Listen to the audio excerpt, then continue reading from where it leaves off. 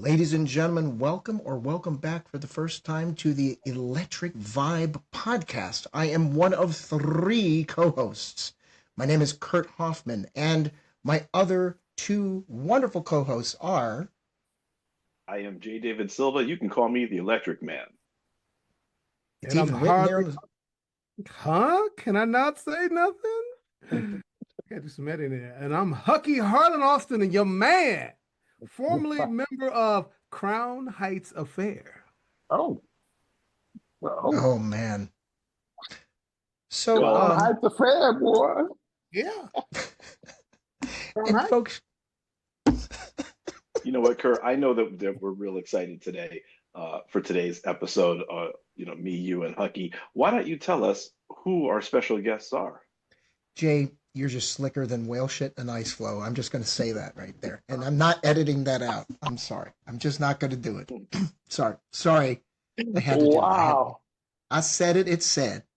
So today we have not one, but two very special guests on our podcast. And we're going to have a quick turnaround on this episode because it's timely.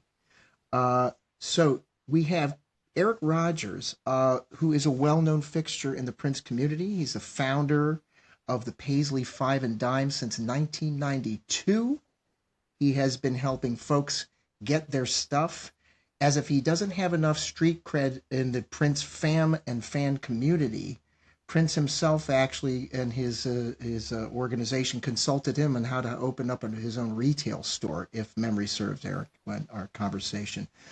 We happened to meet him in person at the Time Band Masterclass at Sweetwater. We're going to talk a little bit about that today. That's going to be part of our subject. And since we're going to Celebration, which is next week, I said, Damon's going to be there on June 4th doing a Dancing with Damon Masterclass. So we're going from one Masterclass to the other. So today is a discussion about the masterclass that Jay and I went to, and a discussion that we possibly, depending on what time we get our rental car from the airport, might make to the last minute. So we have none other than Mr. Damon Dickson. We all know and love him as one of the original Game Boys, featured during the Purple Rain movie, original dancer, the NPG, often comic relief on stage. Could clown Prince with the best of them, and nobody rocks a blonde wig better than this man. Ladies and gentlemen, Damon D. I'll give it up for Kirk's mama. Look at Kirk's mama. Remember that, Huck? I do. Oh boy! With your sharp ass hips. Well, I, for one, just want to say that we're both excited to have you both here. Both what we do consider friends of the Electric Vibe podcast. Absolutely. And this is not going to be, Damon's been with us a number of times. Yep. Eric, this is the first of many times that you'll be with us, hopefully. We're going to collaborate and do some things together, and we're just going to keep this relationship and this party rocking. So for both of you, thank you for taking the time to be with us today. No problem. Legacy forward. Yes, sir. So, Jay, I guess this is a little more freeform today. Usually we have all these wonderfully prepped questions and what have you. And I said, you know what? The basic narrative thread today is, number one, to talk, and this is plugging the arts and plugging, what the guys in the Jelly Bean, Tori, Monty, and Freeze are doing with these master classes. And, you talked about first of many, Jay. This is going to be hopefully the first of many master classes that they're going to take around the U.S. and hopefully around the world. And since Eric was also in the audience and participant in this, I think we could have a discussion about, what took place. I mean, we got to meet their manager, Plaid, Mark Wallace, right? Who I have to add this because I live in Conshohocken outside the Philly area. He's from Mount Airy in Philadelphia, so we had a little common connective thread there. What's that? One more time. Where do you live at? If I say it the wrong way, it's going to come out like something else. Try one more time, Kirk. I just need I'm an old man. All right, ready? Say with me, everybody ready? Con, show, hock, Conshohocken. Conshohocken. Sounds like we're speaking in tongues. Ooh, almost sounded like I need to on that. Right? Damon, I thought he said Chanhassen at first. Oh, okay. Hey, you really do got the old ears going. Yeah. You know what, Kurt? Let me try to kick things off here just a little bit, because Please, I want to talk about focus. We talked about the Time Band Masterclass again. Yes, sir. Jelly Bean Johnson, Monty Moyer, Tori Ruffin, and Ricky Freeze Smith. Yes, sir. And then we talked about going to Celebration. And I'm always fascinated by when we meet people or we finally get in touch with people at these types of events. So for instance, we know that we're going to be going to Celebration, and Damon is our boy, but we're actually finally going to get to meet him in person when he does his dance class there.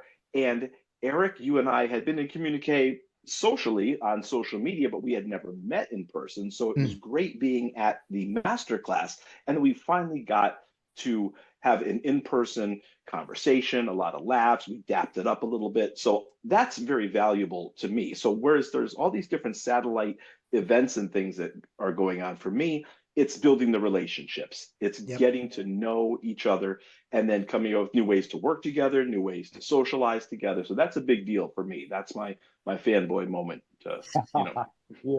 New ways to keep the flame lit. Right. Yeah. Right. And keep it lit. And you got to know Eric. I mean, I met Eric some years ago, but we've been friends and we've been in communication quite a bit. I mean, it's like a brother thing. Like I'll call and see how he's doing. He calls, see how I'm doing. If I'm going through something, which I just had some recent stuff, and he's just checking in. You know what I mean? And Eric's just that kind of guy. You know what I mean? But on the other side of the stuff that he does is incredible. Guys, I tell people all the time, if you haven't been to an event that he's ever thrown, you're missing out. You're missing out. And I said this on Mr. Christopher's show, that some of these people that are throwing these Prince parties, these Prince events, they need to consult with the people that know, such as Eric, such as Christopher, such some of these people that can give some insight on what the fans are looking for. And I think Eric has a handle on making the event like the best experience for anybody in that purple community. And that's just my opinion. And that's not just me saying because I'm cool with him and I know I've been to his events and I know what I see. Yep. And it's like, you can't find that when you go to them things in Minneapolis. Unfortunate that you can't, but I'm just speaking truthful. I mean, I'm gonna keep it real, And that says what? Well, let me just take a circuitous route just for a minute, because Eric, can you talk about an event that you and I were both at back in 1998? We just didn't know it. Oh, you must be talking about Prince Fest. Right. Yeah, I was I found out about Prince Fest probably in about 96. I was living in Detroit and I went to a record store up there. Melodies and Memories on Gratiot. And what'd you say? Melodies and Memories? Melodies and Memories. Where was the record store at? Gratiot. Can you spell that for us? Yep. Spell it. The spelling is even better. Gratiot. Okay. Is that Slavic? Polish? Probably Polish. There's a very large Polish community in Detroit. Ooh. So yeah. But yeah, 9.5 in Gratiot was Melodies and Memories. I went in there. I dig through record stores. It's what I do. And on the way out, they had a flyer, Prince Fest, telling all about it. So I loaded up the car, I went down and checked it out the first year, and I went back every year. And the year that JD is talking about, I actually was DJing that year. And I ended up going because St. Paul Peterson was going to be there, and I got an invitation. I probably saw an invitation or something, and I bought a ticket and said, I'll go. And St. Paul was there. Ricky played piano. St. Paul did a couple of songs. I know he did Nothing Compares to You. And the point I'm trying to make is it's just interesting how at these events, you know, you either meet people like when we met in Fort Wayne, or, you know, we've been at different events. We just didn't know it. You know. Yep. You know, as you told the time I met you, and I blowed you off is what you told me. Well, kind of, yeah. I mean, I didn't mean to. I mean, I'm not that kind of guy. It was Damon and Tony came into the audience before the Act One show at Radio City Music Hall, and literally we were standing right next to each other. I was like, "See ya." Oh my God, Jay, I have a question for you. What were the circumstances you were able to go to Detroit? I mean, you're just up and went and. It was Ohio. So so Robin and I had only been married about 4 years, and I had a 4-year-old daughter, and I said, "Honey, I'd like to go to Prince Fest," and she was probably tired of me, so she said, "Why don't you go for a few days?" So me and a buddy of mine went went out to the event, checked it out, and then thankfully she let me back in when I came home. Was that Joe Kelly that went with you? No, it was a different guy. Yeah. Okay. But speaking of events, Kurt, you want to talk about the masterclass? I would love to, and also want to dig into a little bit of Eric's history. You know, how he started the whole thing, but we'll get to that. But yeah, let's talk about masterclass. So it was I drove, and when I drove there in 2 stages, I'm telling you, there were stretches in Ohio that I thought I was going to see Dorothy with her blue and white dress on with the red shoes floating in the goddamn air. Let me tell you, the rainstorms and some tornado looking clouds, man, I thought I was going to be projectiled from a tornado. But once I picked you up at the airport, because Jay flew in, and Jay had quite the long trip there. I mean, sure did. There's no direct flight to Fort Wayne from Hartford. You had to go Hartford with your Delta miles. Right. Yeah. You had to go from Hartford to Atlanta. Delta's hub. Atlanta to Fort Wayne. You had to be up at what, 3 something in the morning? 3 in the morning? Up at 2:45. My first flight was 6 o'clock. Yeah. And then my second flight wasn't until 3 o'clock in the afternoon. So that's some dedication right there. Let me tell you. So long story short, we were staying at we picked them up. That part was smooth. The airport was so cute and tiny you could pet it. Oh, little airport. Come here, boy. Really. It's cute. So we're about 15 minutes away 20 minutes maybe away from the hotel. We checked in. The guys from the Time Band were at Sweetwater. They were doing they had a whole 6-hour block to kind of get their equipment together, whatever they needed, stuff like that. So we were lucky enough, and Eric, you had messaged us and stuff. You were en route yourself, and I'm sure you were probably dealing with some weather stuff. You were, because from Kentucky, I think you said it was about a 4.5-hour trip, something like that. About 4.5, yeah. Okay, so Jay and I had to leave you, unfortunately, follow the van, or as they called it, the pimp bus. Right. You know, and that's what Tori called it. Yeah, cue freak juice song.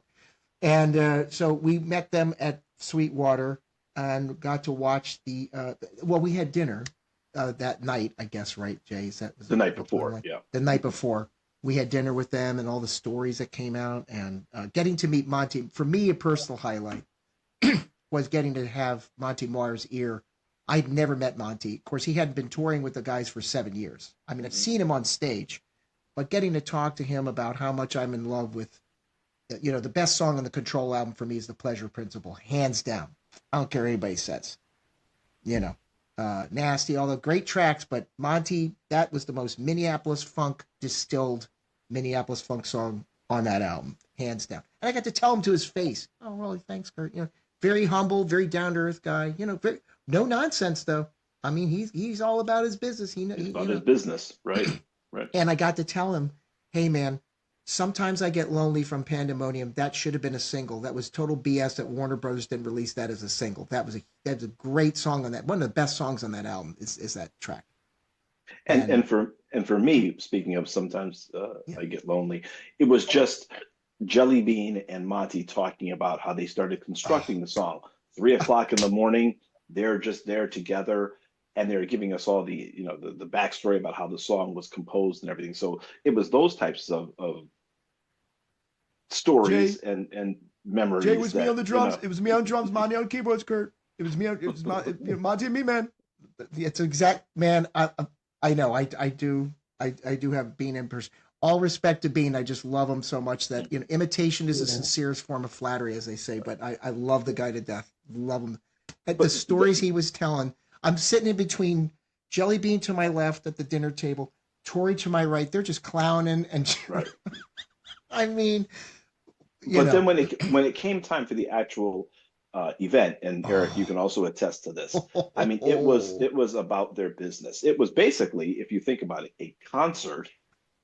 And in between the songs, they would deconstruct how the songs were layered, how the songs were composed, how the songs were layered, how the songs were produced. And then they would answer questions from the audience related to, you know, the overall practice, rehearsal, recording of the song. So it was a very, very interactive experience. There was a lot of musicians in the audience, obviously a lot of fans, but it was just a unique experience that I think we're looking forward to them doing more events like this. Not to mention, Jay, Popeye Greer, James Popeye Greer was in attendance as well. You know, he's always looking out for the boys in the band. And I got to I've met Popeye before, and I got to he had just retired from teaching, I think about a year or so ago, right? So I got to congratulate him and say, "Hey man, last time I met you 3." He's got a mind like a steel trap. He's like, "I remember you. I met you at the Nothing Compares to Peep Out, what, 3 years ago?" I said, "How do you remember that?"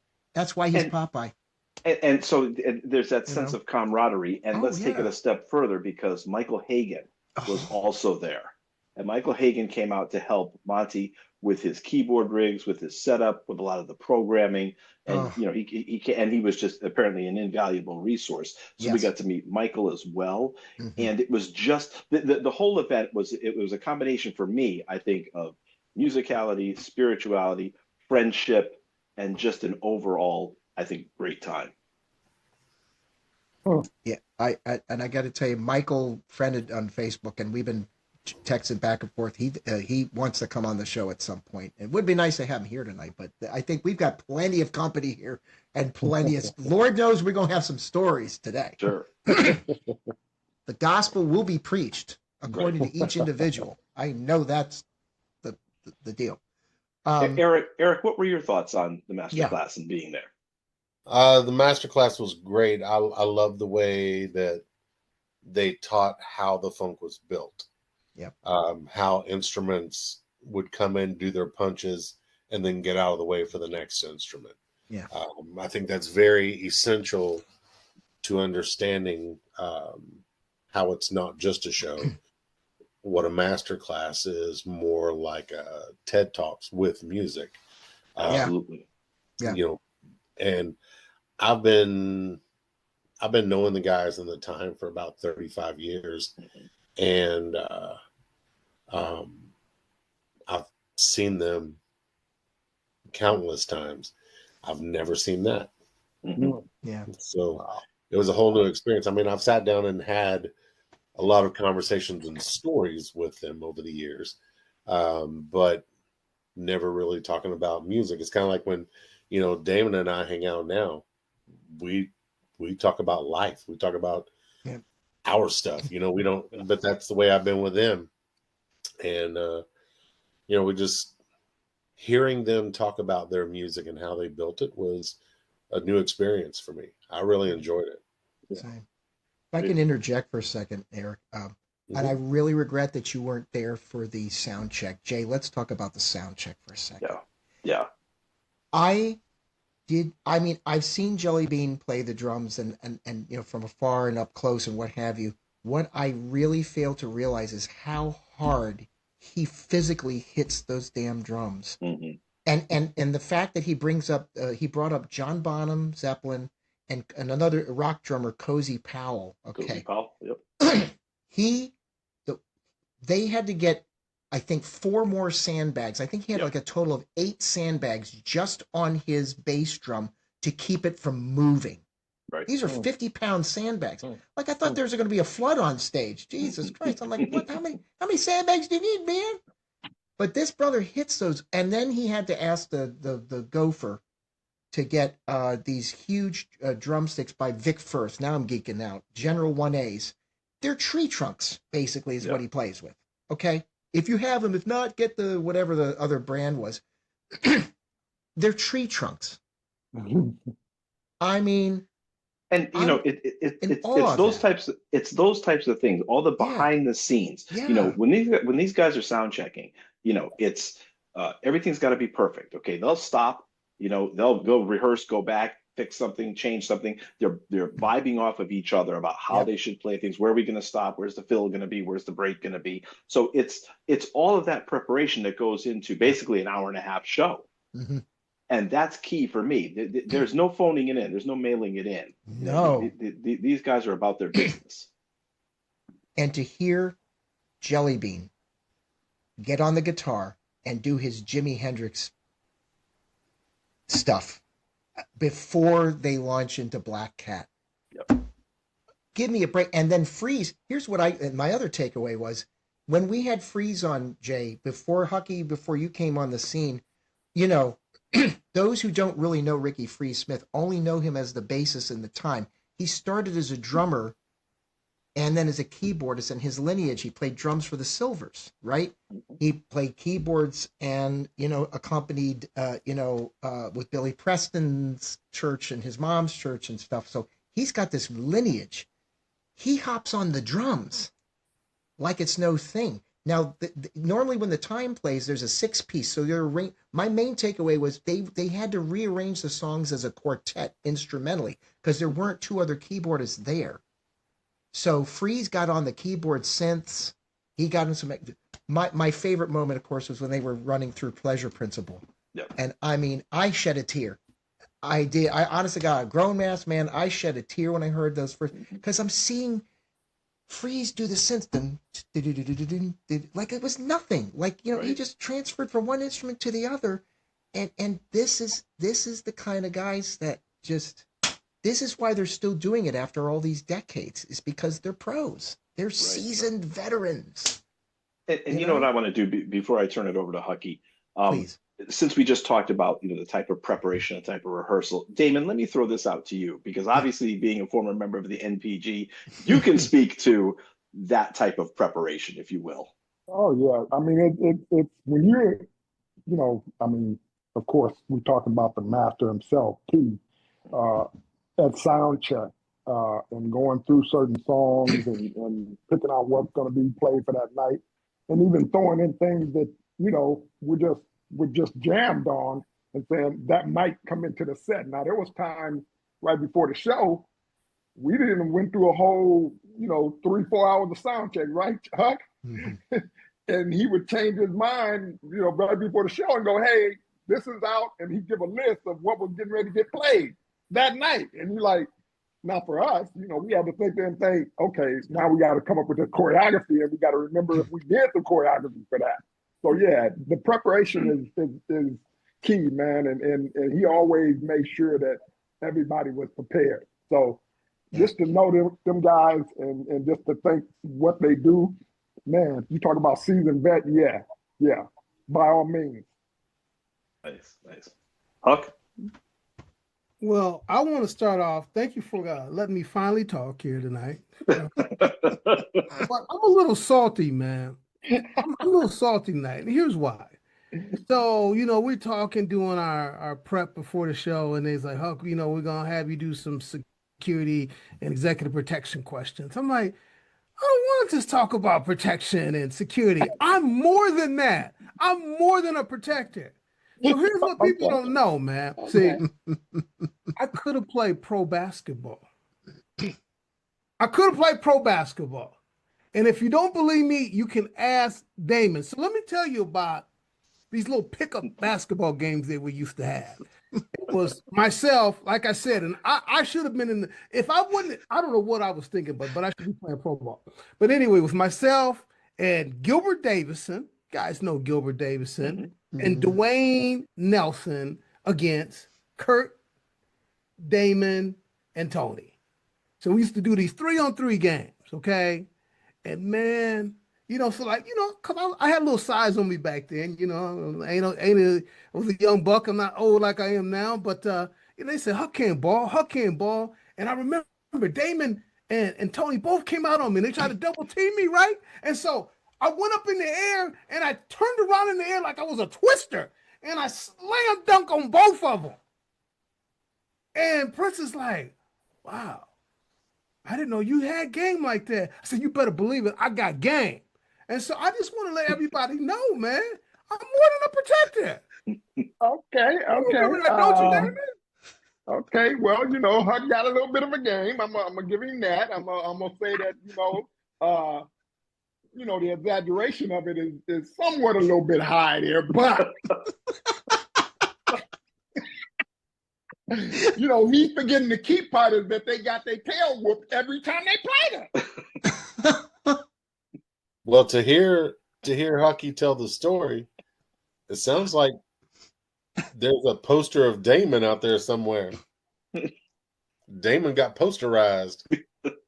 Yeah, wherever that poster is, I'm sure it's still kept under the link because, nobody ever posterized me. I mean, I'm just saying, Well, Damon, I recall didn't you pay the photographer off, man, or threaten him or something? I gave him a couple $2 to keep that under wrap. We'll keep that in back. We ain't got to keep on talking about it, huh? Geez, why you got to go there, man? All right, I'm trying to give you a little credit to say that you had a little bit of talent, but now you want to keep on talking about the photographer and me paying him off. Let me bring the truth up here. So Damon really was a really good basketball player. He went to a high school named Minneapolis North, and I remember being a little bit, because I'm a couple years younger than Damon, and I used to go watch North play, and I'm like, who is that brother? This is well before I knew that we would even be working together. So Damon was really good. I don't know if Tony could ball. Kurt was okay, and I couldn't ball really. And me and Gilbert were football players, but Dwayne was good. Dwayne could play, yeah. And so it would really be between Dwayne and Damon. And man, there's a couple things that I had really fond memories of it, and some of the memories are like Damon talked about earlier. And you guys, I just wanted to share this with everybody. No matter how many times you see P in concert and how many shows, there was nothing like the sound checks. There was nothing like them, man. It was the most magical time because to me, it was just like he was really, really just expressing himself and he was just trying to figure out things. And to watch him do that on stage, man. I mean, the band members, security, sound people, the roadies, all of us would be like, we couldn't even work and do our jobs. And so when I think about my time with P, I automatically go back to thinking about them sound checks. And then also, too, I think about the camaraderie that I had with guys like Damon and Tony and Kirk. I mean, that's what was really special, man. And here we are 30-some years later, and we still cool and we still tight. I mean, that means a whole lot. And so Prince has some of the most amazing people that worked with him. And to this day, many of them I'm still connected with. But anyway, I had to get my little 2 cents in there since my boys they won't recognize my basketball ability. I'm good now, Kurt. I got it off my chest, Jay. I got it off. Now after we're done, we can play Express. Okay, so it's always been that. I mean, every time me and Huck seen each other, I mean, I was working at a insurance company, and I just happened to go get my car washed one night, when after work one day, and happened to see Hucky there, and I'm like, "What you doing over here?" He said, "Oh man, I'm over here getting the car. I'm gonna go to my grandson and find out." Like, what? I'm like, what are the odds? I mean, but Minnesota's not that big, so it was to run into everybody. But like Huck said, man, it's amazing. With all the people that we knew, the security people were just like your brothers as well, man, because they were looking out for us, and and it was just a camaraderie of love with everybody. You know what I mean? It's like we joked around. We had jokes that we played on each other, all kind of stuff. Boy, did we have jokes. Oh man, and pranksters. Pranksters, and then them nights when we got stuck somewhere where we couldn't do anything, we out here, we were shooting dice in the bag. We don't tell nobody, but we were shooting dice and doing other things, and playing cards, and you name it. We were, when we had downtime, we had a lot of fun, man.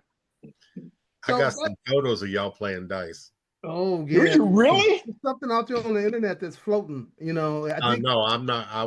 I've never uploaded them, and I won't. But yeah, it's Alan Leeds was back there. Gilbert, Hucky, Damon. Yeah, there's a few people. You can see everybody just kind of like looking at the wall, and I'm like, oh, I know what's up. That was before cell phones, before social media.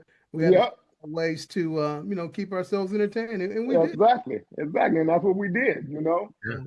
But I just wanted this a little background on me and Eric, and so me and Damon have been, we've had a history for a long time, but Kurt and Eric. They both met me, man, kind of like online. And so we get a lot of people, and Damon will tell you got a lot of people to reach out to us. And, a lot of times the reasoning isn't very genuine. And with both of these brothers, and that's Eric and Kurt, they just wanted to know me. And because I can be really standoffish. And I think Jay, earlier, you mentioned something about with Damon, and we're like that because you have so many people that want to be in your life that are just not sincere in their phonies. Yeah. When I met both of these guys, man, Kirk reached out to me. I'm like, okay, what does he want? And all he wanted to do was just talk about whiskey, which it happened to be something that touched my heart deeply. There you go. but Eric was the same way. He was so genuine, and he was just like, hey, man, how you doing? And so, real recognizes real, man. Yeah. And so, For sure. both of the guys have been a part of my lives for many years now. And, they're just good people. Eric's doing some amazing things, with the Five and Dime. I don't know about you, Damon, but I got all this Prince, gear and paraphernalia. And so I don't know. I didn't think about it. So I had some of this stuff in my garage for years, and it was getting molded. I had T-shirts and records that were warped and stuff like that. Yeah. I asked the kids, y'all want this? No, I don't want that. I think that I did. I had my kids. What am I going to do with this stuff? And so, Eric helped me out. He's really tied into the community.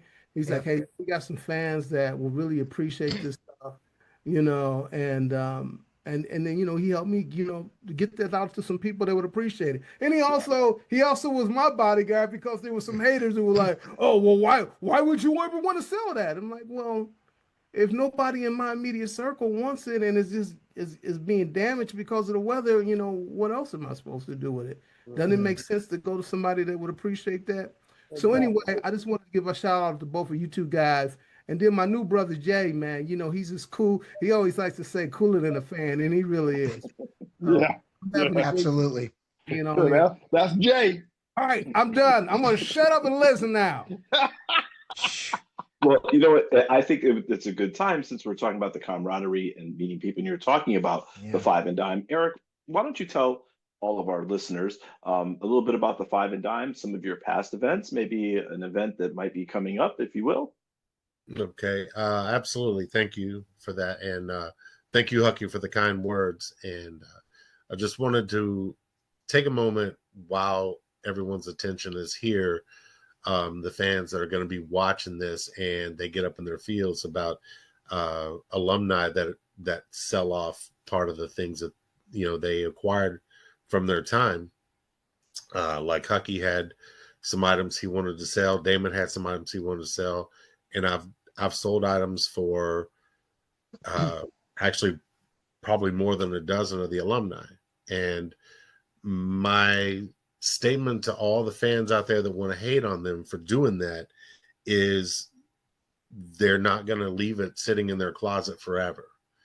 If it doesn't mean anything to them, it's either going to a landfill or it's going to somebody that's going to appreciate it. Those are your two options. If you don't like the landfill option, then shut your mouth and let them do what they want with their stuff. It's theirs. They can do whatever they want. So that's my little spiel about that. And I've helped a lot of the alumni take care of getting these memories out to fans who really, really appreciate it. So thank you for trusting me with that, Hucky and Damon. I've done that for both of these gentlemen. The way this started, like, how far do you want me to go back, JD? What's up? Like, what drop that knowledge, brother. The floor is yours. Preach. What I wanted to do back in the day was I would get really confused because I would be out in the world and I would be like the only Prince fan in the world. Like, nobody around me was listening to it. But I'd go to a concert and it would be sold out. So I'm like, where are all these people? How come when we go back to the street, I can't find none of you? So around 92, a friend of mine that was a Tears for Fears collector, we met at record shows. He tells me about this thing called BitNet and how BitNet, you could, if you're going to a college or a university, you could talk to other colleges and universities and stay in touch with people, and how he had found a Tears for Fears fan group. And he said, man, if I found this, there's got to be one for Prince. He's bigger than Tears for Fears. So he shows me how to get on, and sure enough, there was a Prince page. I joined it, and I found my tribe. And, you know, it was all the people like me that were going to the shows.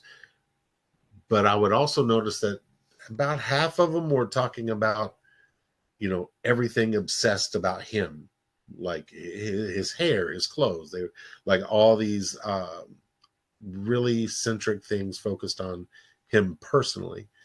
And then the other half of the page was people talking about posters and hard to find CDs and stuff like that. So I found out that you could split the page and create a new side page, like almost like a Substack. But this was BitNet, pre-internet days. And so I decided to split off for the collectors to have their spot. And I needed a name that kind of played into not being a fan, but being a collector. So favorite album being Around the World in a Day. There we go. Around the World in a Day tat.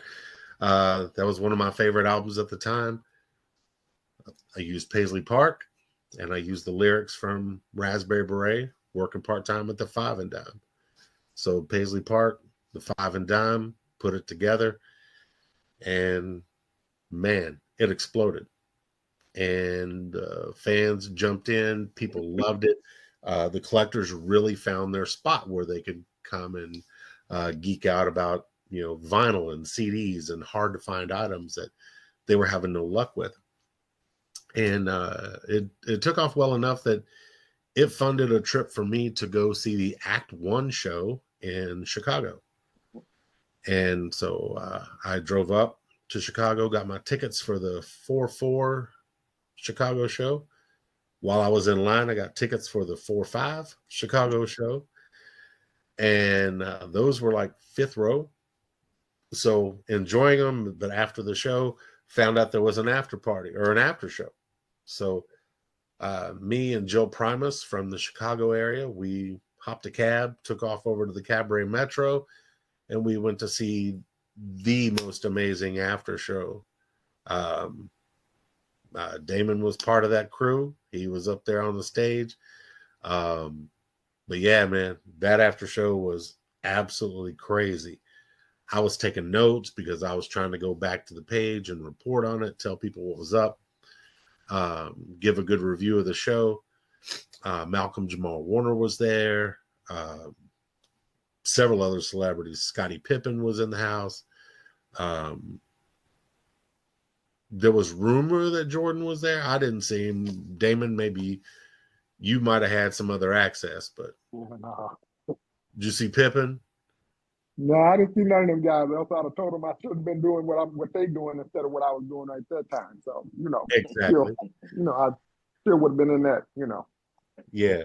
Well, anyway, I went to the show, came back, did a great review, wrote up everything about the after show, the two performances, and I found a person out of New York who actually had recorded the April 4th show. Mm. And he was selling copies of it in Goldmine magazine. So I reached out. Like, I don't want to hear this.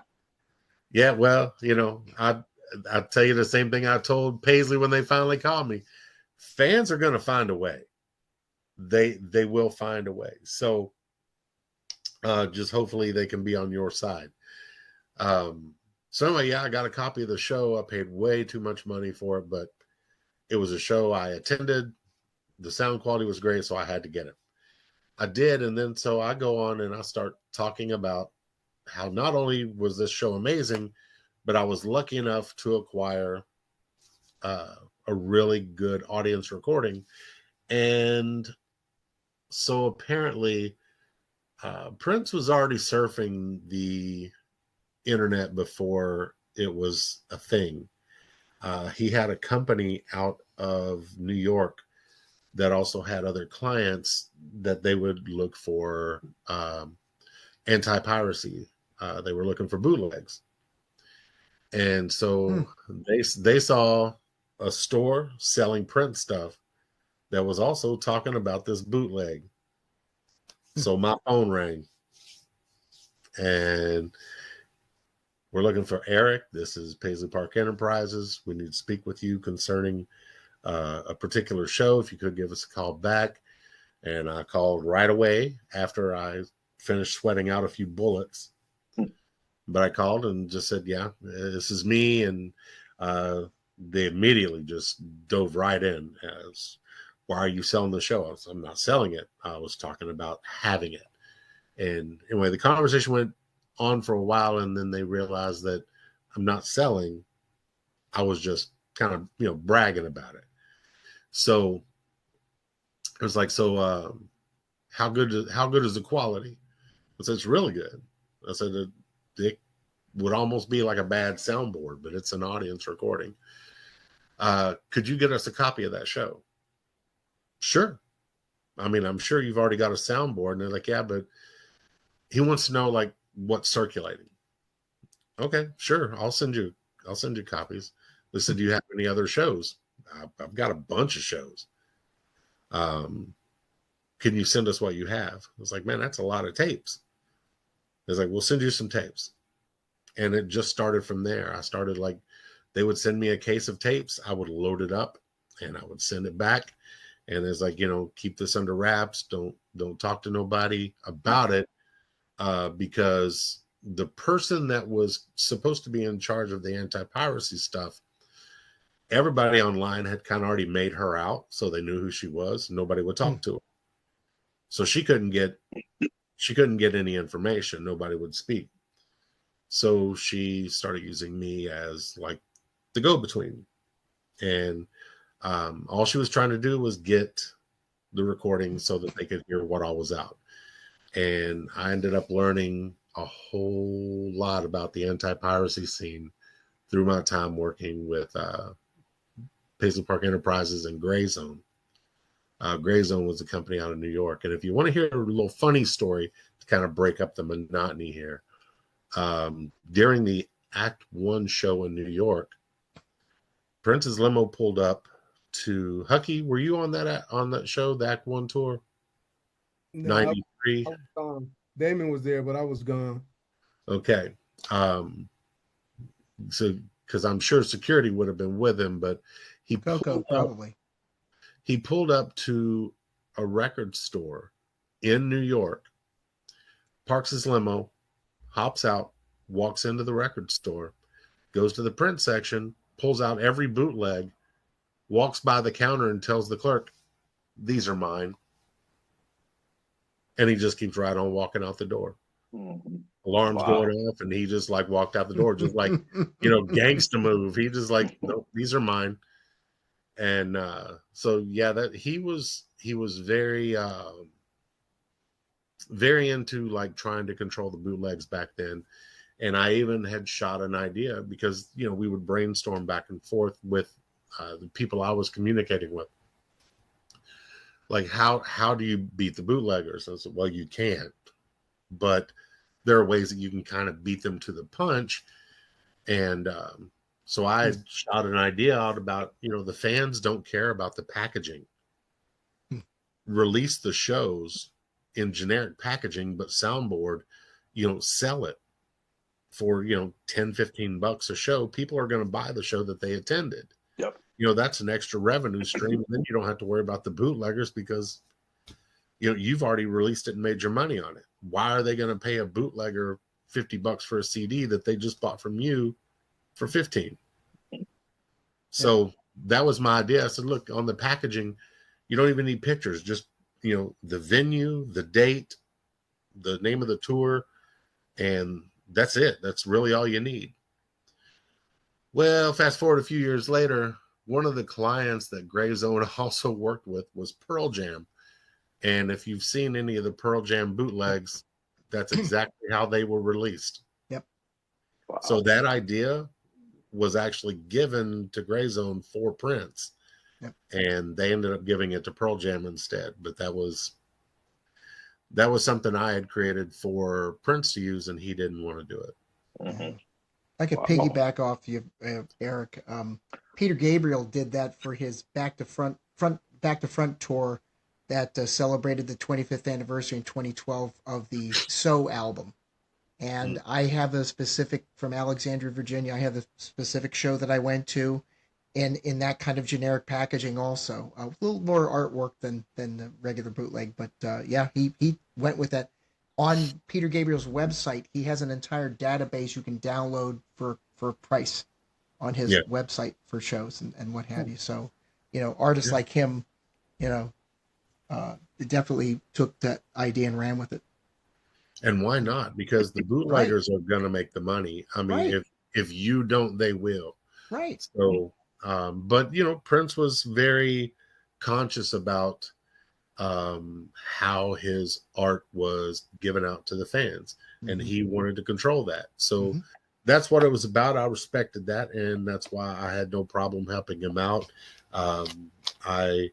I learned a lot of things that when I finally met Susan Rogers, we were talking about something else, but then something that I had learned in my time, I asked her about it. I said, so if I can ask you this little side question, this is something that I learned back in the day when I was doing stuff with Paisley, is this a thing?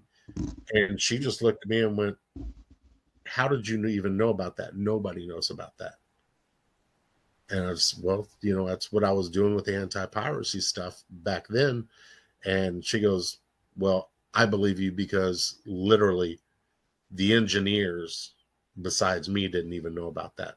Nobody wants to know about it. That's unbelievable. It was a trick that she had learned about or something and had shown them how to kind of like master it so that they could find out who was leaking shows, who on the inside, because they would come in and do a rehearsal. They would pass out tapes to the band members. Damon, you probably, how you get the rehearsal tapes. So you go practice the steps and the band members can go practice their instruments when they're not actually in rehearsal. But some of the members were selling the tapes to the black market. That's how we have all those rehearsals. So anyway, those got out and they came up with a way to encode everyone's tape so that whenever they got a bootleg later, they could find out whose tape. Know. Trace it back to that. Wow. And there was one band member in particular that was removed due to it. Wow. You know what, Eric, before, and thank you for that narrative on Paisley Five and Dime and how it started. Before Kurt talks to Damon about his endeavors and his event, can you talk a little bit about the events that you put on and an upcoming event I think that our listeners are going to want to hear about? Yeah, thank you. I've been doing this for 10 years now. I started doing events because I needed what Prince Fest gave me back in the day. No one was doing it anymore, and I needed that fix. So I kept searching the country trying to find someone that was doing it, and they weren't. So I just said, okay, I'll do it. And the first year I brought in Des Dickerson. That was in 2015. Prince was still with us. Des was an amazing guest, and it was a great learning experience for me. Second year, guest number 2 was Steve Park, and he was incredible. He before he came, we had everything booked, we had it scheduled, we had tickets sold, and then we found out Prince passed, and we were on the phone very quickly trying to decide if we should continue. Do we cancel this out of respect, or do we continue out of reverence? How do we want to approach this? Because we do not want to come off as a money grab. That's not what it's about. There was enough of that going on anyway.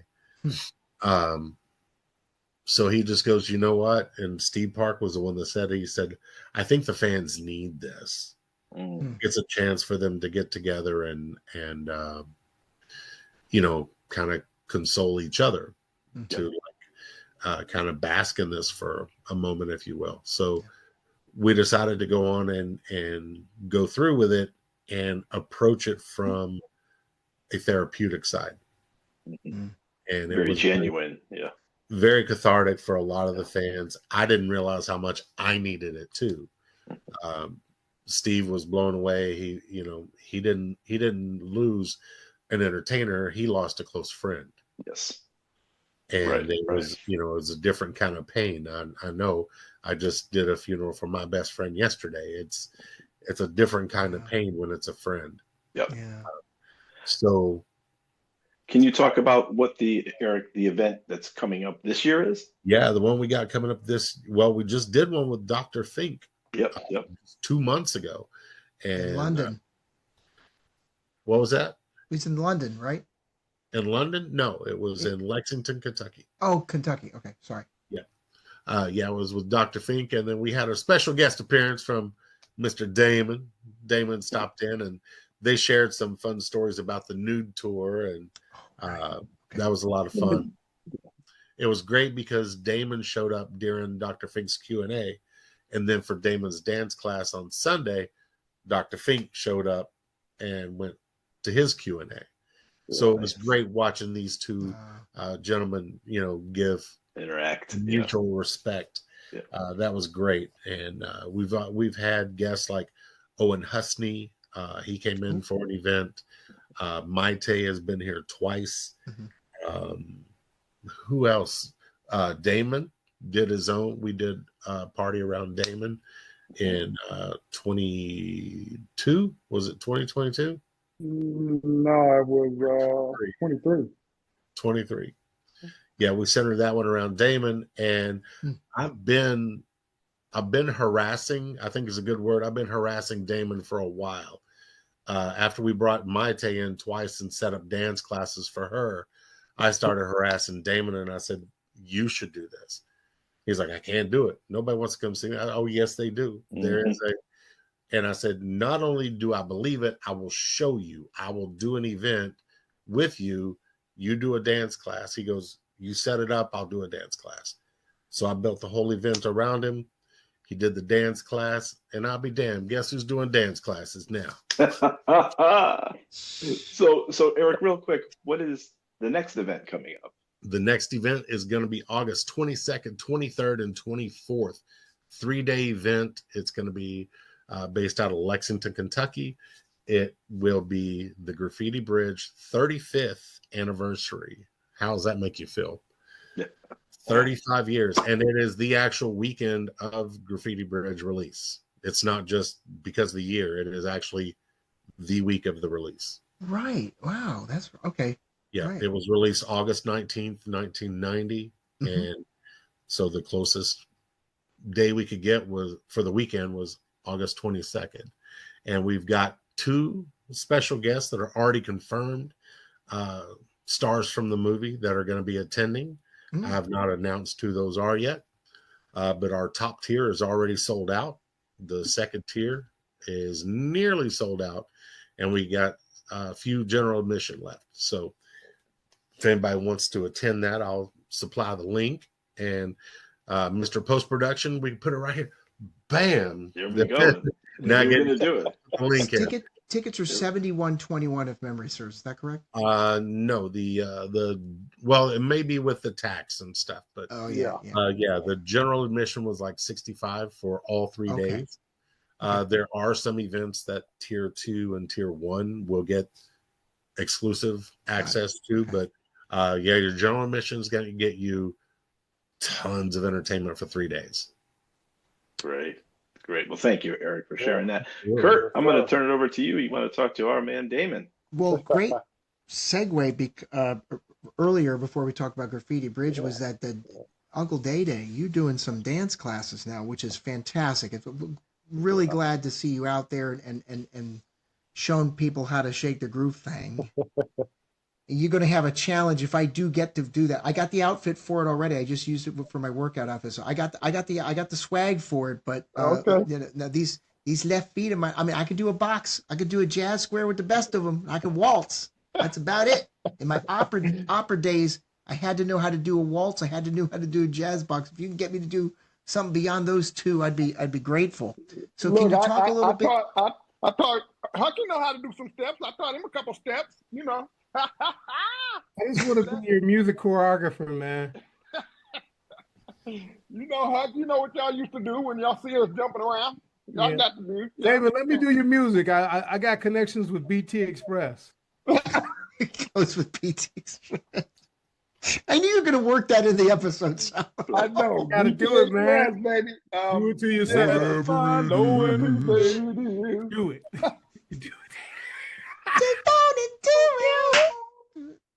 Okay, now we're clowning. You gotta say, Hucky, stop it. I get out of Hucky, stop it. We gotta sell this brother's tickets. We gotta sell the brother some tickets, man. Well, so like Eric said, Eric, really got me started on this dance thing. And like I said, he after me for, quite a while, kept talking to me about it. So once we got it rolling and Eric shot me a couple songs and the one I really liked was the one that we're using for the class now. So, the class is going to be in Minnesota, the Dance Exchange Dance Studio, 6885 Washington Avenue South, and that's in Edina, Minnesota. All right. So on the 4th of June, from 1:30 to 2:15, we'll have pictures, autograph, and I'm still getting this merch thing situated. The guy called me yesterday and he said he'll have the shirts and stuff that I need ready by Monday. We'll see. I told him I need it by Monday because I'm leaving on Tuesday. So that's the first hour. The second hour is the dance class itself where everybody will come and learn the day-day sway. That is the name of the line dance. The line dance is the day-day sway. Yeah, that's right. You know what it is, Eric. And we'll do that for an hour. I'll get everybody accoladed on it. And from 3:15 to like 4, it's going to be a Q&A. We're just going to sit around and shoot the breeze. Y'all can ask me any questions you want. I'm just going to have a free fall. And from the classes I've had before, we've had so much fun just interacting with everybody. And like I said, Eric's events were just so, just laid back, so much love. I didn't think that many people would actually come to anything that I was doing, and Eric proved me wrong. You know what I mean? And I honestly, the people that came down to Lexington and actually, joined in on what I was doing, it was just amazing, man. It's just, it's a beautiful thing. Like I said, if you plan on putting on an event, you better get Eric to help you out. I'm gonna tell you right now, the man know what he's doing. And the event is, and I just want to interject there, both you, Eric, and your event, Damon, are available on Eventbrite, correct? Yes.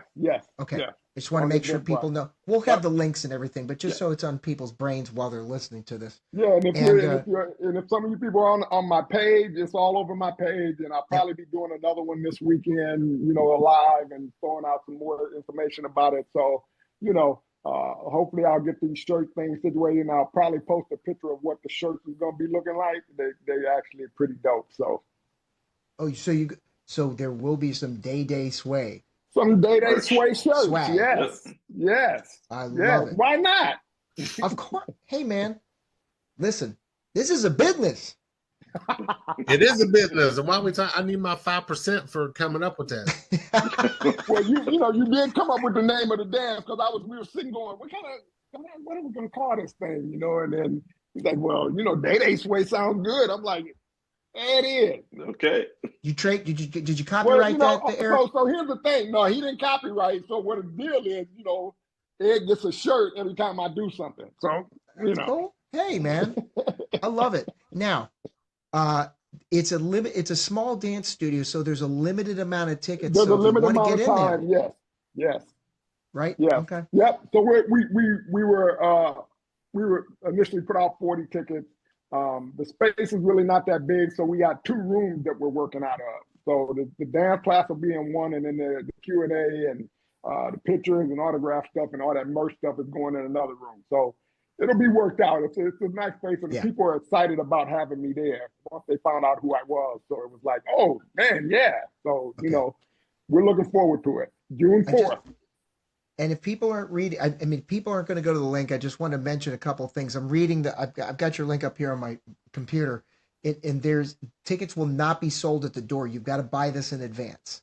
So we've since changed it. So if people decide to show up there and want to buy a ticket at the door, that's fine. We'll have somebody already. If there's any left. For that.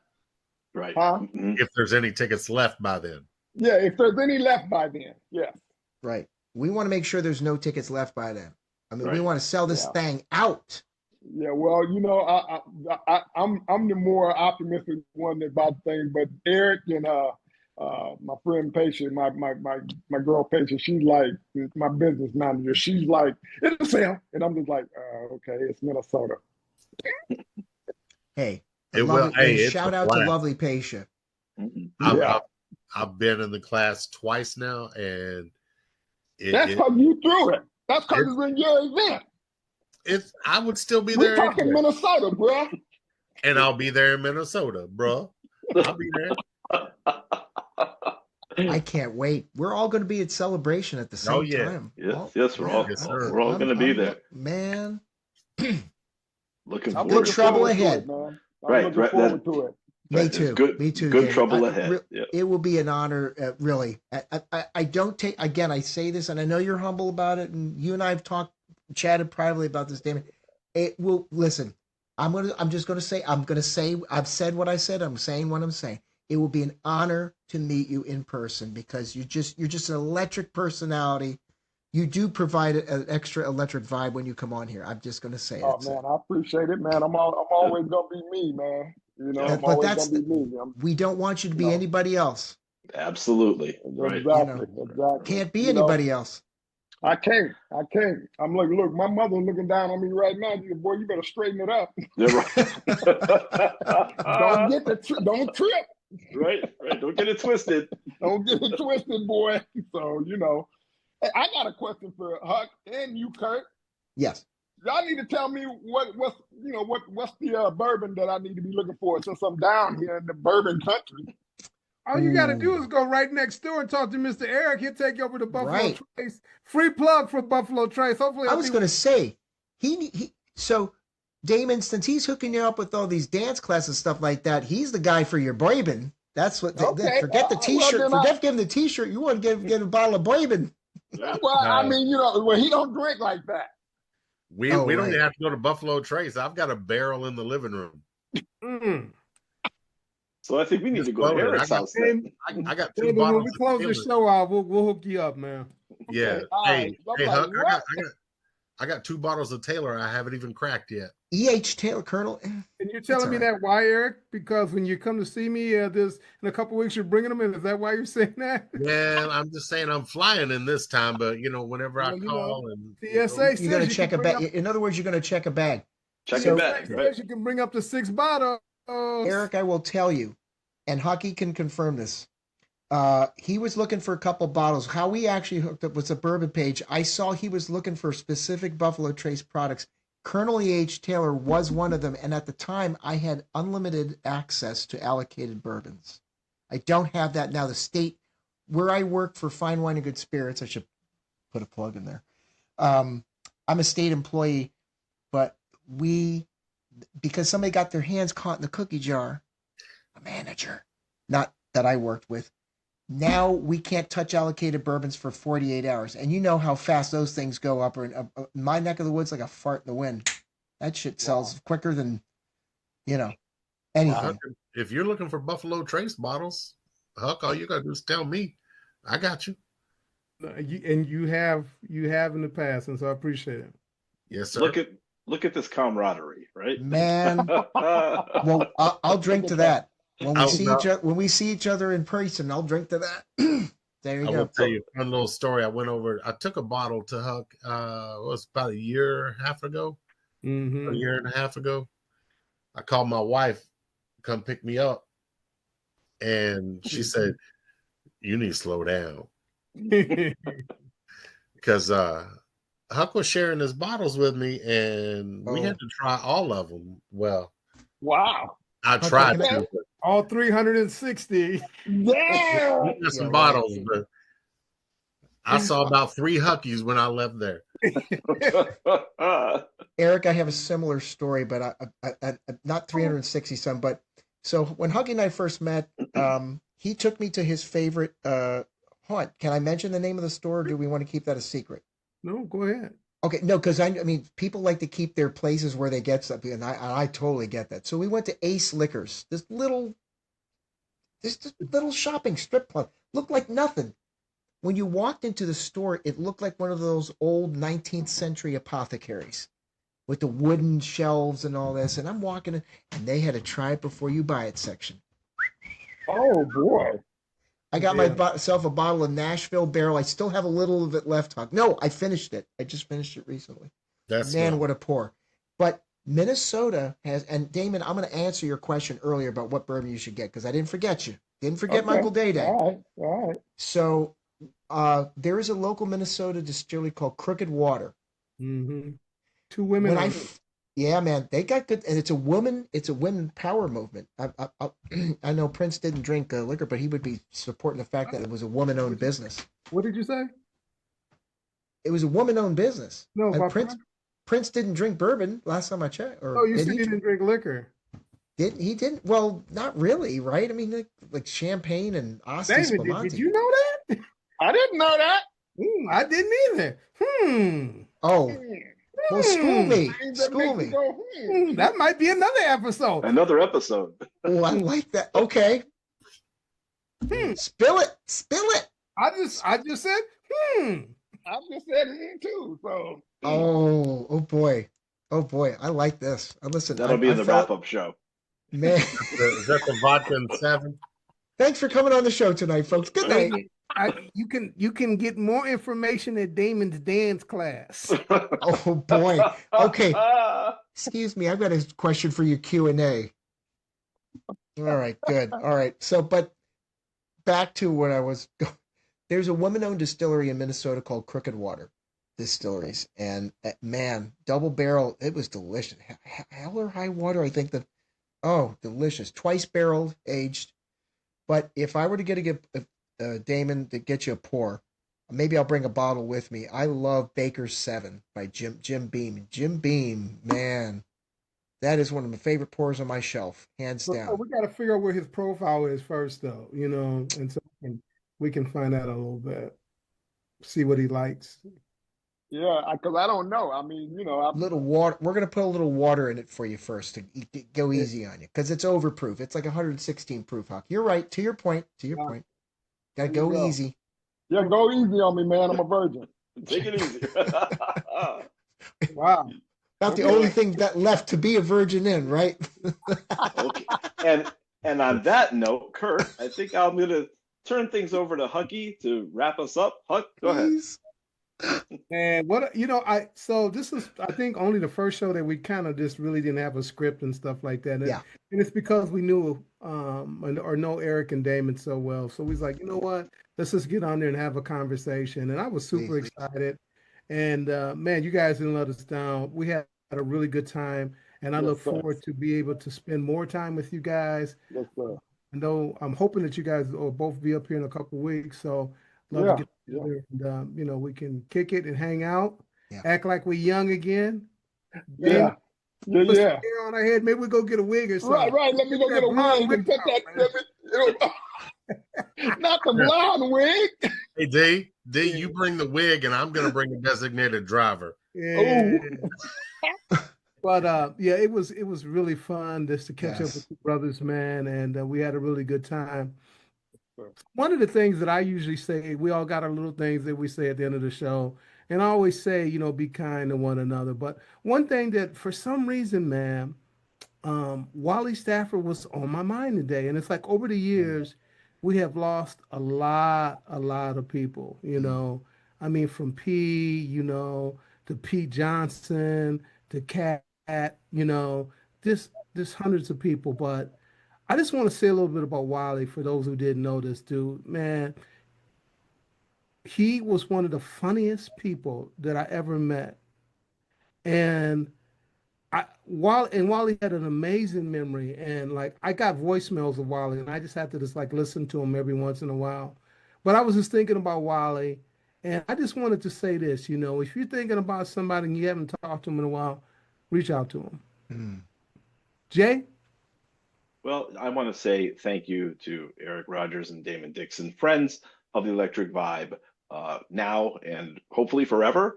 Thank you for your time, even last minute coming on. This has been a blast for me. I'm looking forward to seeing you brothers next week. So it's going to be some good stuff finally in person. And you know, I'm gonna emulate what Hucky just said by saying that, you know, stay close to your loved ones, reach out, stay in touch, be kind to each other. And I always like to close things out before I turn things over to Kurt by saying, when the universe comes knocking, you have to answer that door. Kurt? Jay, I couldn't, that statement, that credo that you say couldn't have been more appropriate than the fact that when you and I discussed about going to Fort Wayne and then discussed about going to Celebration or even joining forces on doing a podcast together. Look at the journey we've taken so far and look at the gentlemen that are below our screen here, and Hucky's joined us. This journey has been amazing. I wouldn't have done this with anybody else starting this off, man. I love you, brother. And to echo and go off script a little bit before I say my credo, I will say you have to tell, it doesn't matter, man, woman, you have to tell your friends that you love them.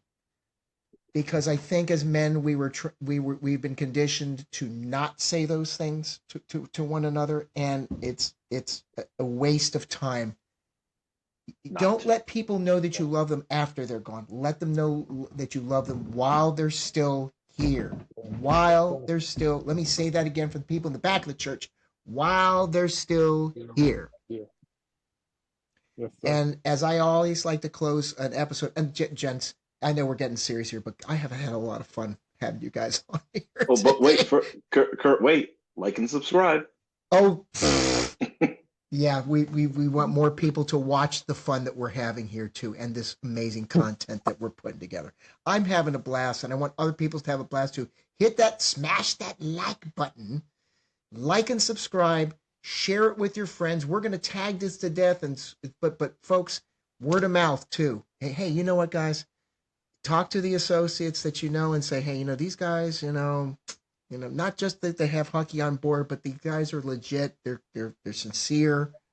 They do their homework before you come on most of the time, and you know, and have things together. And we want to share this with everybody and keep this thing moving. And we want to take it eventually on the road. I'm just going to put that out there. I'm manifesting this. It's going to manifest. We're going to take the vibe on the road. Like a purple cruise, Kurt? Oh, dude, we you throw that out there. Oh, we're talking about it. This is the second time I've heard you throw that out there, Huck. Me and Eric talked about it. And it's not a question of if, Hucky. It's the power. It's the power of when. Yep.